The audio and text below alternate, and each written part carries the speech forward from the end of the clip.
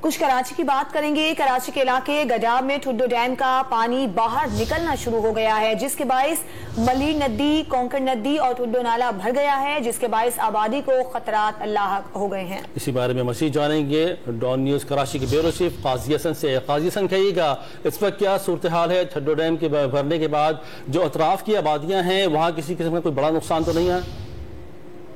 دیکھیں کہ ماضی میں بھی یہ ٹھڈو ڈیم ایک چند سالوں پہلے ٹوٹا تھا، جس کے بعد جو ہے آبادی کافی حد تک جو ہے وہ ہوشیار ہو گئی تھی، اور اس بارشوں کے بعد جو خاص طور پہ بلوچستان کی جو بارش ہوئی ہے اس کا جو ریلا آیا پانی کا، اس کی وجہ سے ڈیم جو ہے وہ بھر چکا ہے، اور اس کے جو اطراف کے جو ندیاں ہیں کونکڑ، ٹھڈو نالا، وہ زیر آب آ چکے ہیں، جس کی وجہ سے جو اطراف کے علاقوں میں پانی اس کی وجہ سے پانی بھی نکلنا شروع ہو گیا ہے، جس کی وجہ سے اطراف کی وادیوں کو بھی خطرہ ہے۔ اور علاقہ مسئلوں کو کہنا ہے کہ یہ جو نالوں کے ساتھ جو غیر قانونی رہائشی اسکیم ہے، جس کی وجہ سے نالوں کا پارٹ جو ہے وہ چھوٹا ہو گیا، جس کی وجہ سے پانی باہر نکلا ہے۔ تاہم ابھی اس علاقے میں کوئی بھی ایسے خطرے یا جانی نقصان کی اطلاع نہیں ملی ہے، جبکہ انتظامیہ سے کہنا ہے کہ وہ اس پہ نظر رکھی بھی، اور واٹر سپلائی کی مین لائن اور الیکٹرک کیبل کی جو مرمت کا کام ہے وہ بھی کر رہے ہیں، جبکہ علاقے کی صورتحال کو نظر رکھے ہوئے ہیں۔ جیسے ہی کوئی خطرناک صورتحال ہوتی ہے تو اس کے لیے وہ انتظامیہ پہلے سے تیار ہے۔ ٹھیک، بہت شکریہ آپ کا۔ قاضی حسن تفصیل آگاہ کر رہے تھے۔ ٹھڈو ڈیم اوور فلو ہونے کے بعد جو